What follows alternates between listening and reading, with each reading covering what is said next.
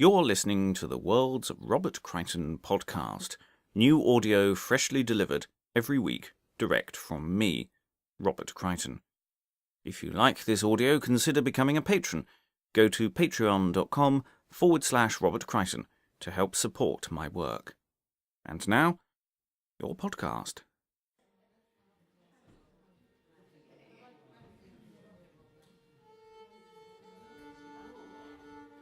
Metal Harvest. Written and performed by Robert Crighton. Music arranged, composed and performed by Richard Fawcett. In 2016, we recorded a live performance of Metal Harvest. It wasn't a perfect recording, but it captured something of the event. This version of the show mixes the live and the studio recording to get the best of all possible worlds. A solo performer enters the stage and sits at a table which is laid out with various props. A toy telephone, a shell casing, a pile of paper, a toy train. As he arranges these props, a musician enters.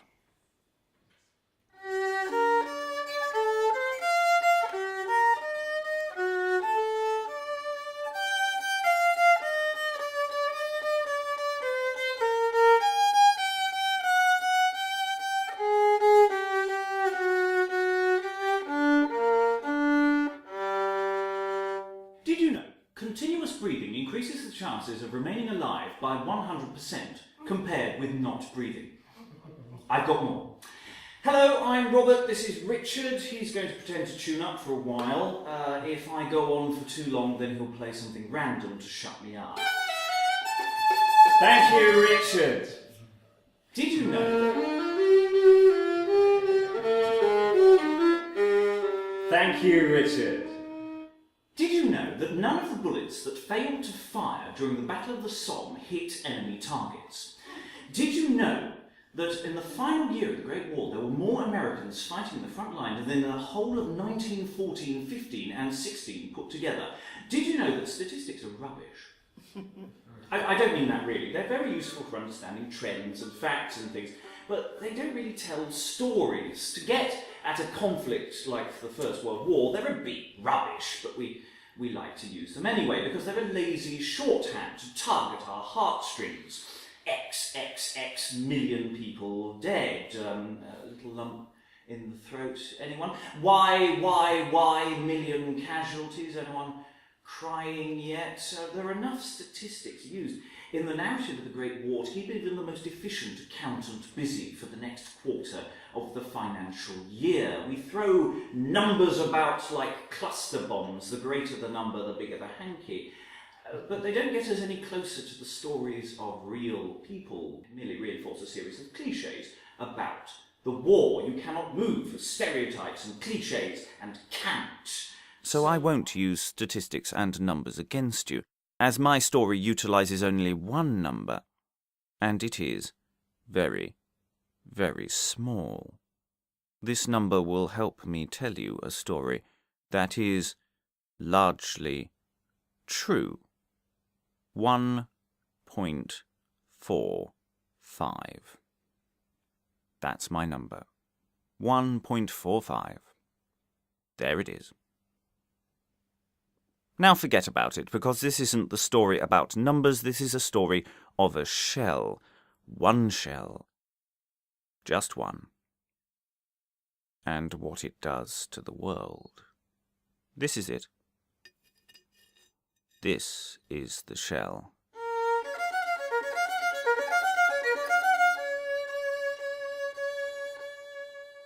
This is a piece of metal. Just a piece of rusting metal. It's quite old, about 100 years or so. I don't know when it was dug out of the ground as ore. It was sometime or thereabouts in 1914, perhaps. Though if you sniff it, then you can tell. The smelting was done somewhere near Birmingham. Though that probably didn't happen until 1915. It was ordered by a chap called George David Lloyd, Minister of Munitions, whose moustache did a lot of ordering in those days. We needed shells, and he was the man to make it happen, or take the credit, or both. Somewhere along the line, George wrote down or dictated, somewhere communicated, a simple message. The British needed more shells, more and better shells. Somewhen on a bit of paper this germ, this seed of an idea, swam its way through the bureaucracy of empire, and our shell was conceived. One order among a sea of orders made its way from Minister George to a functionary clerk. So, we need to get ourselves a clerk. Hello, can you get me a clerk, please? What's that? You can only get me a stereotypical clerk. Well, look, I know it's early in the show, but couldn't you get me someone a little more rounded? Very well, can I have a stereotype, please?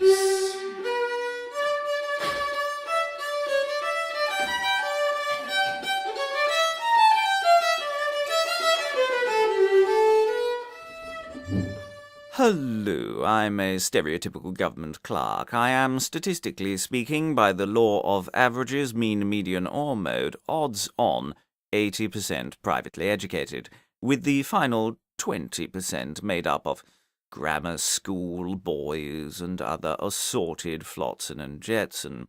This means that, statistically speaking, my left leg and my left arm up to the wrist went to grammar school, my torso went to Eton, my right arm Harrow, and everything else went to Windsor, Rugby, and other such institutions, though my right ear went to Dumbleton. Most of my internal organs went on to university, my liver and spleen to Oxford, my lungs to Cambridge, though only my pancreas managed to get a double first. In classics, of course. Most of my body, statistically speaking, is male, though there must be some female element somewhere, if only in the cleaning staff. As I am an employee of the British Empire, I am, technically, 42% Indian, 7% Australian, and 8% Canadian on my mother's side. But then, I'm only a stereotype. We don't mention anything so awkward as that. Hello, Ministry of Munitions. We always hate to miss your custom. What's that? Yes, Ministry of we're new. Yes, we've just been set up. Yeah. Let's just create a Ministry of Munitions overnight. No notice for you, that's politicians. What's that? Operator? Oh, there's someone on the other line. Put them through. Ministry of Munitions, your bayonets matter to us. Minister! Yes, Minister. Of course, Minister. I'll put the order through straight away. Let me just write that out on a fresh slab of paper. That's XXX million shells by next Thursday. Certainly, sir. Get right on that. That's Y million shells on order. That's the order, that's the number. Now make it happen. Make that happen.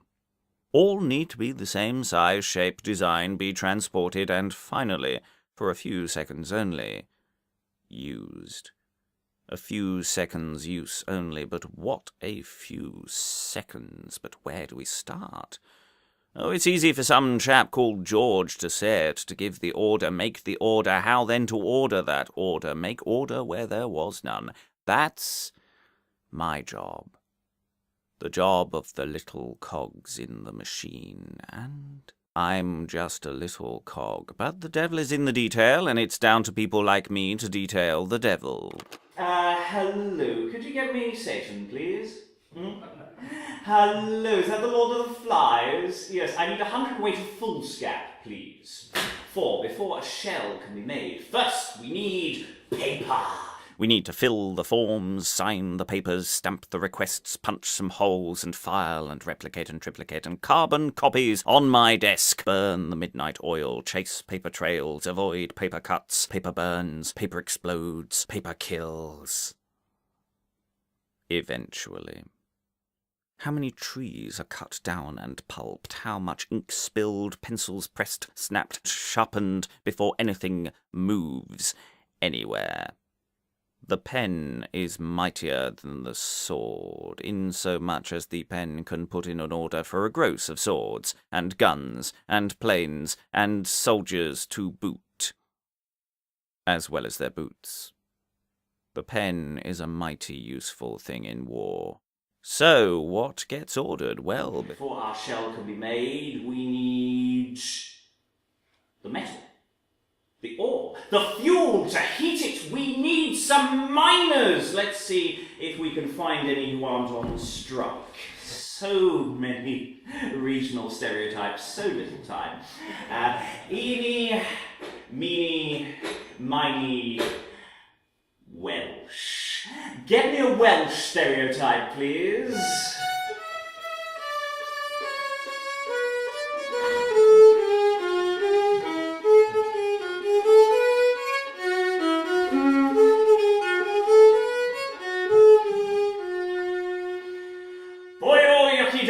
Phlegm, consonants. Oh, so many consonants.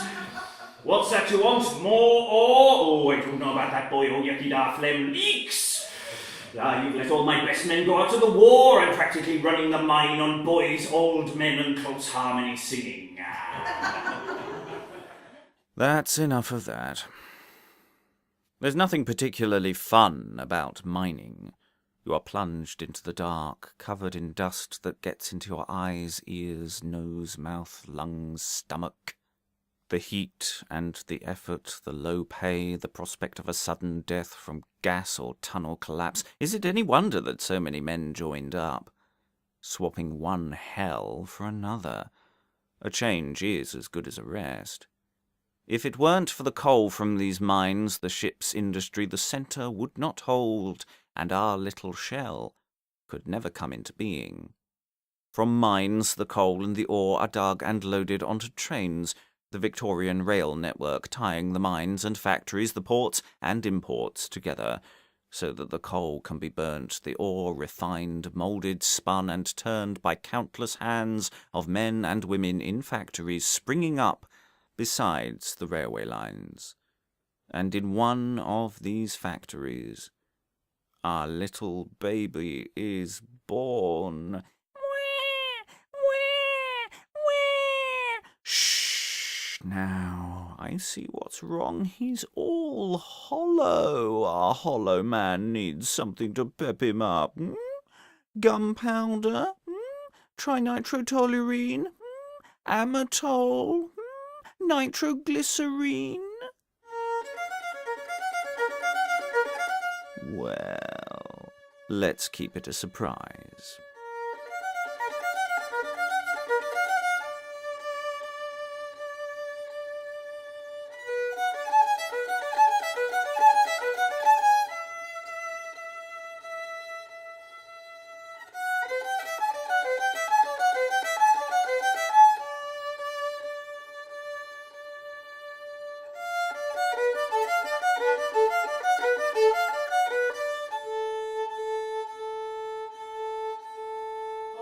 Hello, I'm a stereotypical female Cockney munitions worker, all cheerful in the face of adversity, good for a laugh, but nothing too naughty or I'll suddenly get sharp with you. Oh, time for tea. But I like to keep myself, as you see, presentable. I may be just a stereotypical female Cockney munitions worker, a cheaper, more exploitative alternative to the male, but that doesn't mean I should stint at being presentable. Standards must be maintained. Well, you've got to, though. Between thee and me, I can't really be arsed. I'm knackered. You could carry me out of here in a tin box, but after my shift, I'm going out into the town with a couple of the girls, and I'm sure we'll bump into a few young men up to no good. Don't. No, I'm not that sort. The very idea. Besides, there's barely a man available for that sort of a carry-on. Some you see on the streets. Oh, couldn't manage a salute, let alone get up to the business funny. Oh, there are some queer ones about. The other day we saw one lad on leave from the front, you can tell.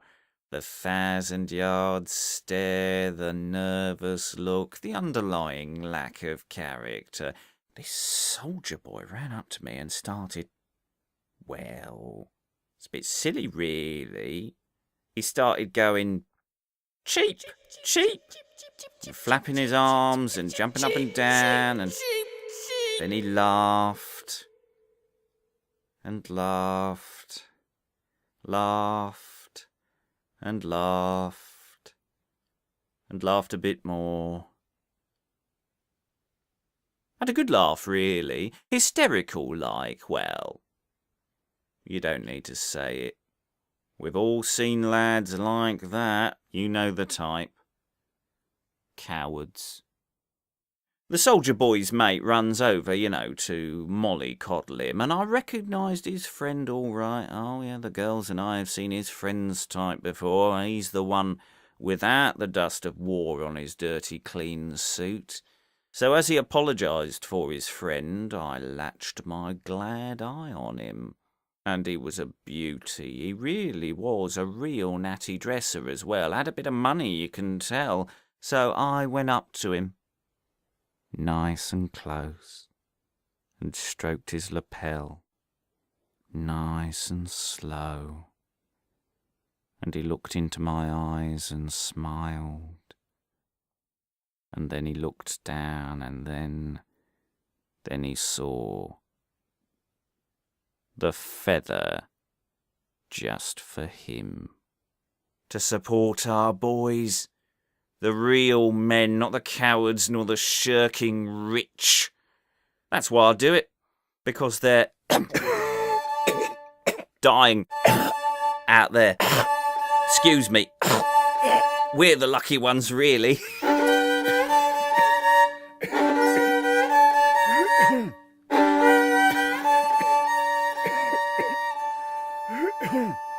Might not go out tonight. Feeling a bit tired. Flapping his wings. Don't want to let the girls down. Canaries. You could carry me out in a box. Canaries. That's what they call us. Doing it for the boys. Feather in their cap. White feathers. You're doing it. Got to be careful. For the boys. In my work, you could blow yourself up. Carry me out. Might not. Box. Canaries. That's what they... Carry me out in a box. Sheep. Sheep. Got to be careful. Call us sheep. Canaries. Sheep. Sheep.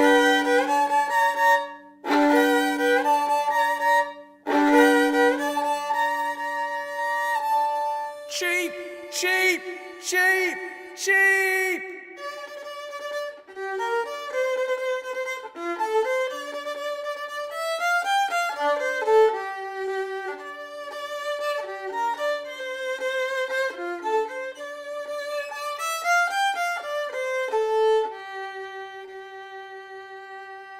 So, where's our shell now it's made? Can't you tell? It's out to sea on a beautiful gunmetal grey boat. Perhaps captained by a stereotypical salty old sea dog. Arr, Jim lad, yo, and a bottle of rum. Or not. I don't actually know what the average salties even of the period would have been like. The shipping of sea-bound shells from the seashore would be a slightly nervy business, perhaps. Would you like to be sitting in a boat chock full of high explosives? Well, possibly not. Depends on whether you have infallible trust in British workmanship. In 1915, it's highly possible that half of the cargo would be duds anyway. And we're talking coastal waters here. We're talking the Channel here. We're talking British ports to the south, toing and froing to France, and it's fairly safe. There are far worse trips to be making. It's good, regular work, honest work. So our sea dog has a choice. He could stay where he is, and maybe be sunk by the Germans, and maybe be blown up by the ordnance he's carrying, and maybe get a bit seasick sometimes. Or maybe he could volunteer, be given a gun and a bayonet, and be shot at and stabbed at, and generally be killed. Or he could stay on his boat and do what he did before the war, just with different boxes for different people.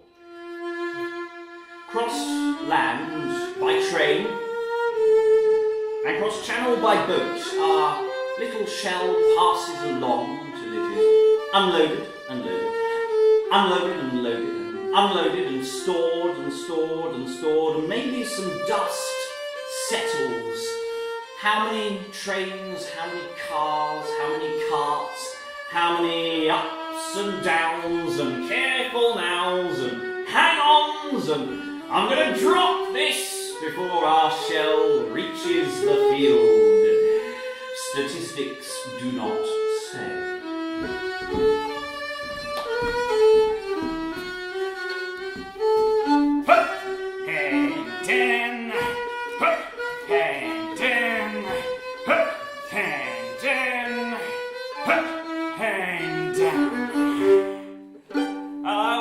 Stereotypical British Tommy, plucky, salt-of-the-earth type, joined up for this war full of enthusiasm with my pals, but now I've seen terrible things and will go home a broken man who beats his children.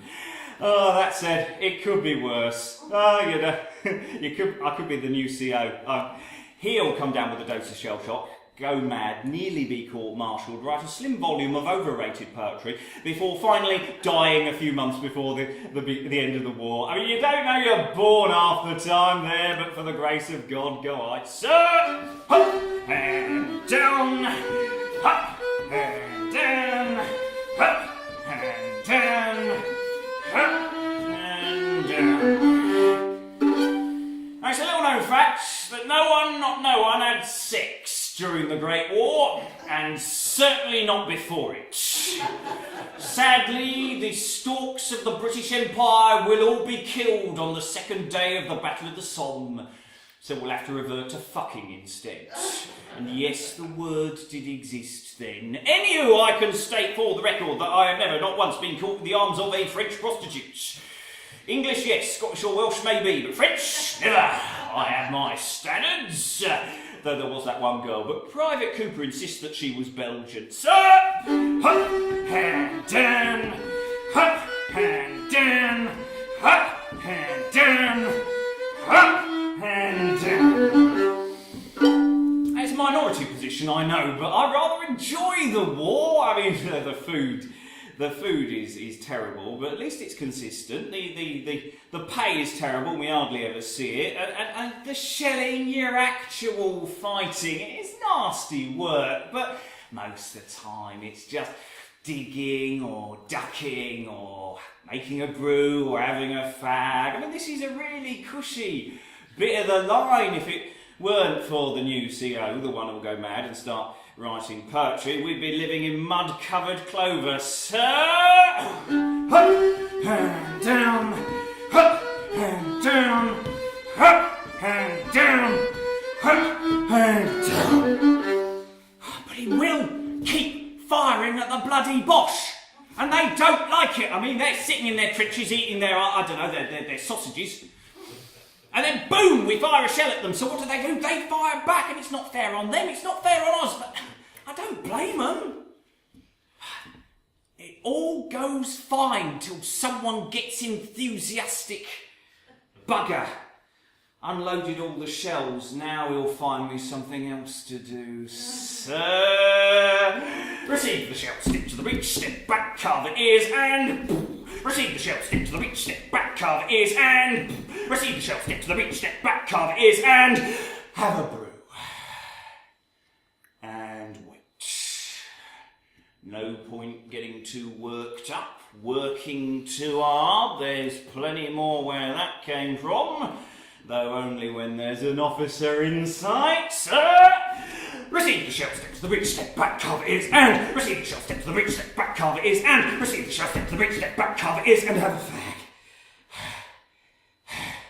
Can you even fire a shell in anger? I mean, you can a gun, you can unsheathe a blade with rage, but when you have to insert this and pull that, when you have to calculate the range, the angle, when there are so many people involved, can you ever really launch anything in anger? A shrug of shells, firing in indifference, killing by routine.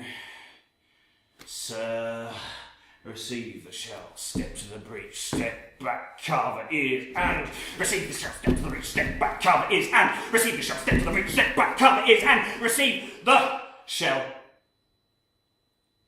Place it in the breach. Step back from it as you send it to the other side. To Fritz with love.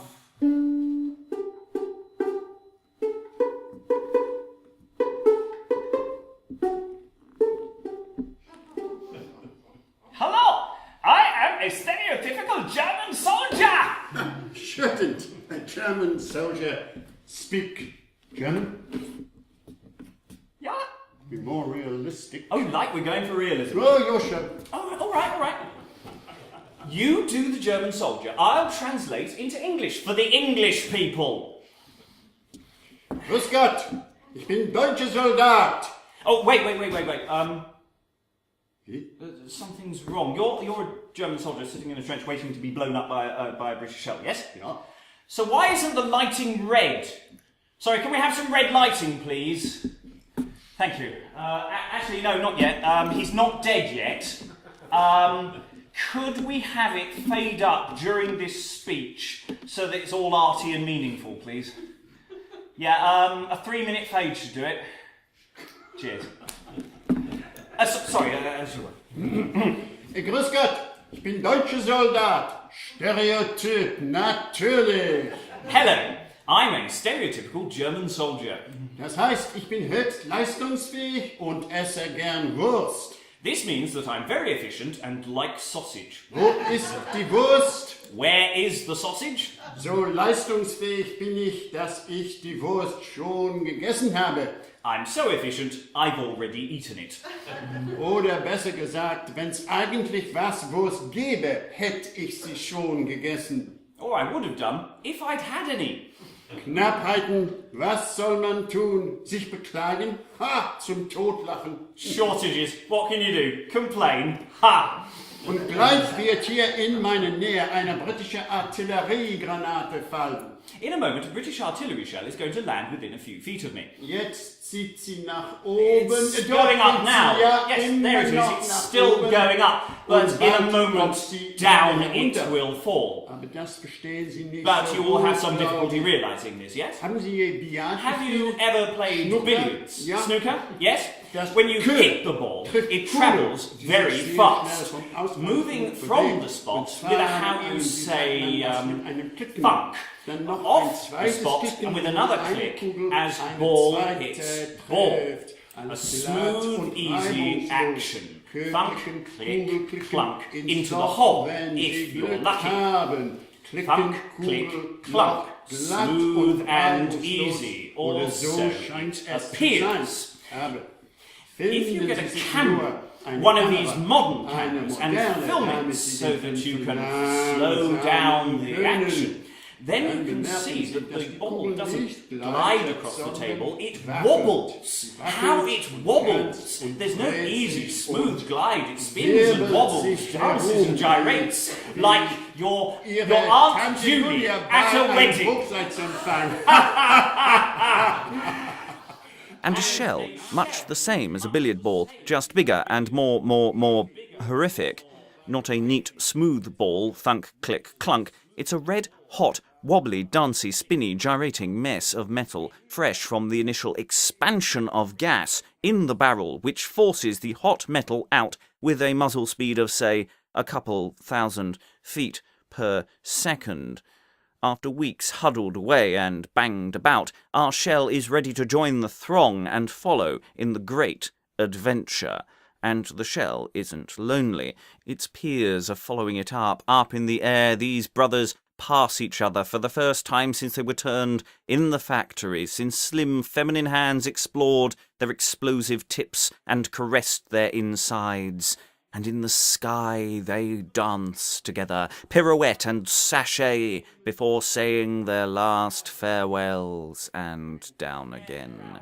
A fairground ride as gravity begins to win, and finally down. Herunter. To the Der German deutschen Front front entgegen. line. Mist. No! Squelch. It's supposed to go bang! Alright, don't worry. Sometimes happens. Big man can play boom time again later. This is the first time this has happened to me. Except it isn't. The mud of no man's land, muddy and boggy with shells past and present, is the perfect soft home for our little shell. That's assuming that it isn't a dud, that it can't go bang. And there it rests, and rusts, and time passes.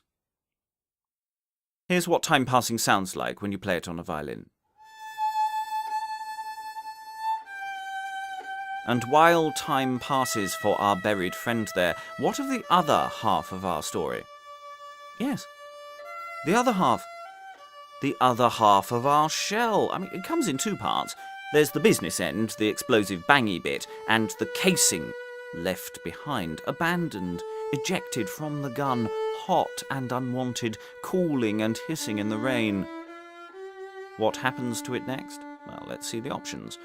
Buried and forgotten in the mud to rust a little, or recycled, beaten out as useful scrap, or used by the troops and turned into art, or taken home as a souvenir, given away to mothers and cousins and sisters and aunts, or left to corrode in the earth, waiting to be unearthed and given a dignified second life. As an ashtray on eBay. A First World War artillery shell casing made into a trench-heart ashtray. It still retains the copper drive band. Great quality now after a lot of work. Will ship abroad. Questions welcome. 5 in stock. Condition. An item that has been previously used.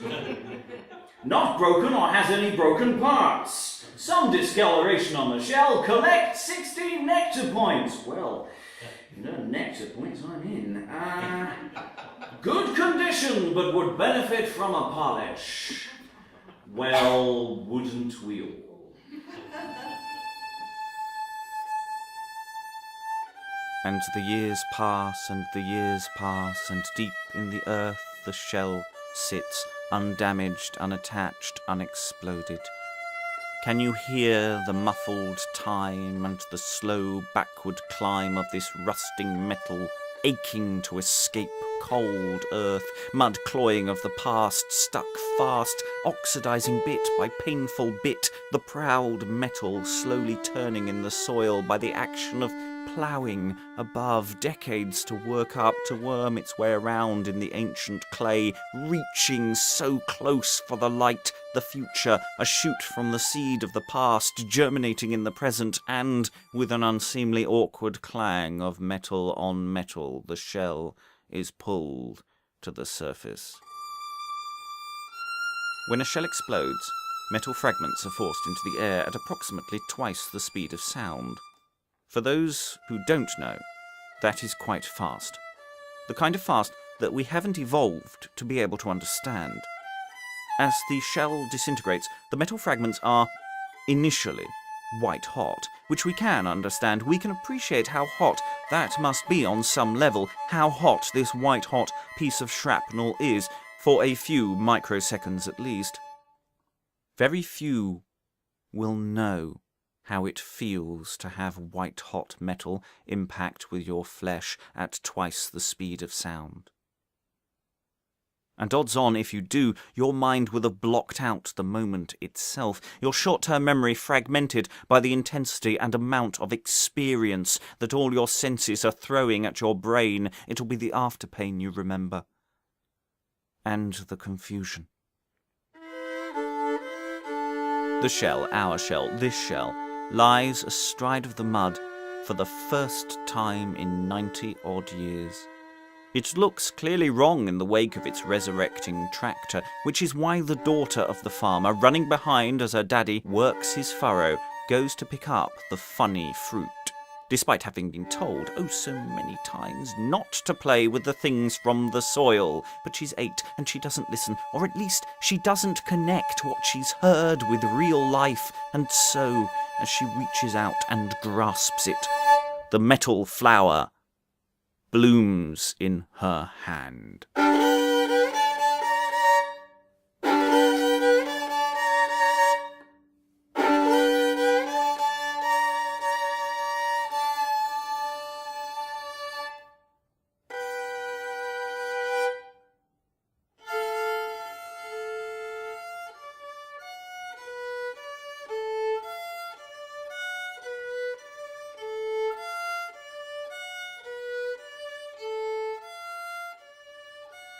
I was walking through a field the other day when I came across a piece of my hand. Everyone had looked really hard after the incident, action.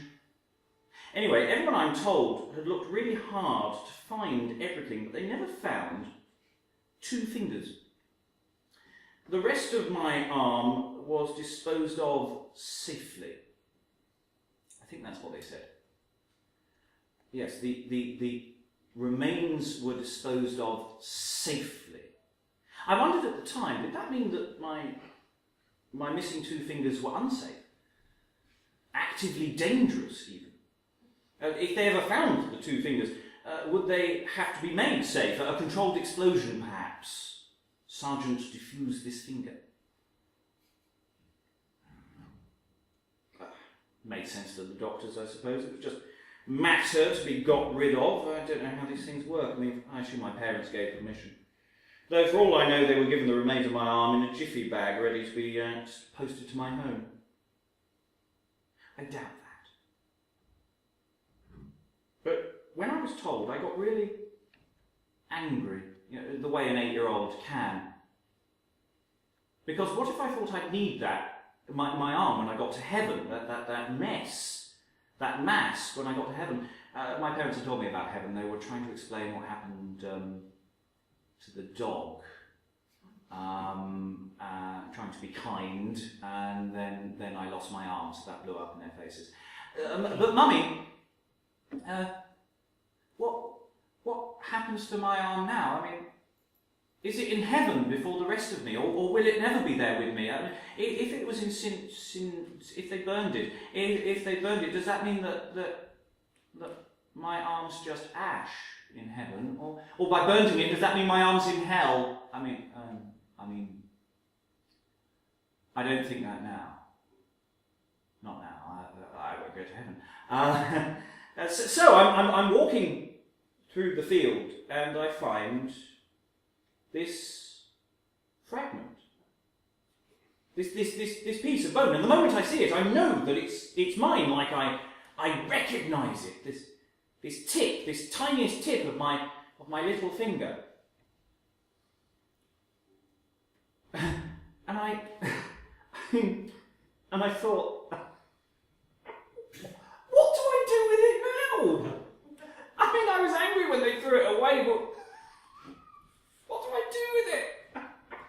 I mean, it's weird. I've got this tiny bit of it back. I mean, do I keep it? Hang it around my neck on a piece of string? Put it in crystal? Put it on the mantelpiece? This little thing's just something I picked up. Or perhaps I should have a funeral. Hold a funeral for my cold, dead hand. I mean, what do I do? And then I thought, and this is horrid. But I thought, I mean, could I have it buried at a war memorial? No, not a war cemetery, because it's a casualty of the war. I get compensation. I get a war pension. I mean, don't I have a right to be buried there? Of course I don't actually think that. I mean, that would be horrid. Except I do, because I'm as much of a victim as any other casualty of the war. I mean, what if I had died? I mean, and a bit of me did, but if the whole of me did, if I had died, would I get a grave? Or I mean, my arm is in 1915 or whenever. I mean, that's where it is. That's when I lost it, and even though it's 100 years away, I mean, it's as though the Great War is bleeding into today. It's changing into a modern war. No, more so. I mean, you could say it always was a modern war, but because of the machine guns and the tanks. But in many ways, it was commendably old-fashioned, because most of the people who died were soldiers, were men who'd been given training, been given guns. I mean, even if a lot of what they were told were lies, that they knew where they stood, but not modern war. Modern war kills civilians, kills children, women, while the men, the soldiers, get the guns, get training, get a chance. We we get fucked. Literally. And it's like the world knows this. And that the Great War has to come in late and play catch up because not enough children were killed. I was 8 when I lost my arm. I'm 20 now. I'm a 20-year-old woman with no arm and half a face. I didn't sign up. I didn't get training.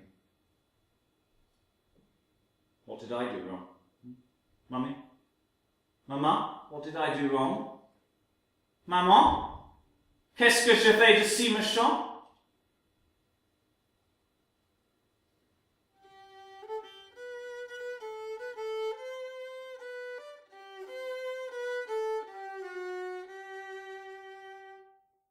And every day in the fields of France and Belgium, the ploughs hit the soil and dig up more friendly bombs who just want to say hello.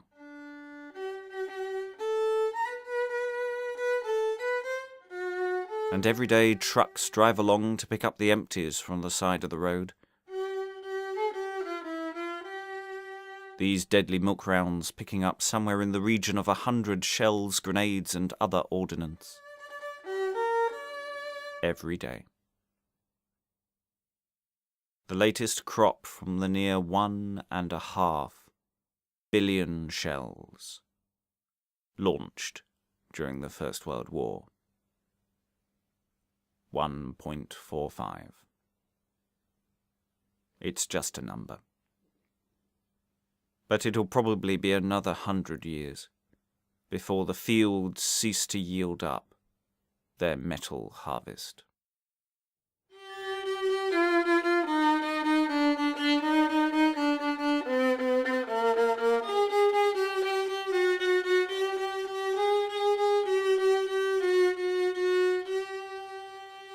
This is the clerk who gave the order to give to the miner who dug the ore.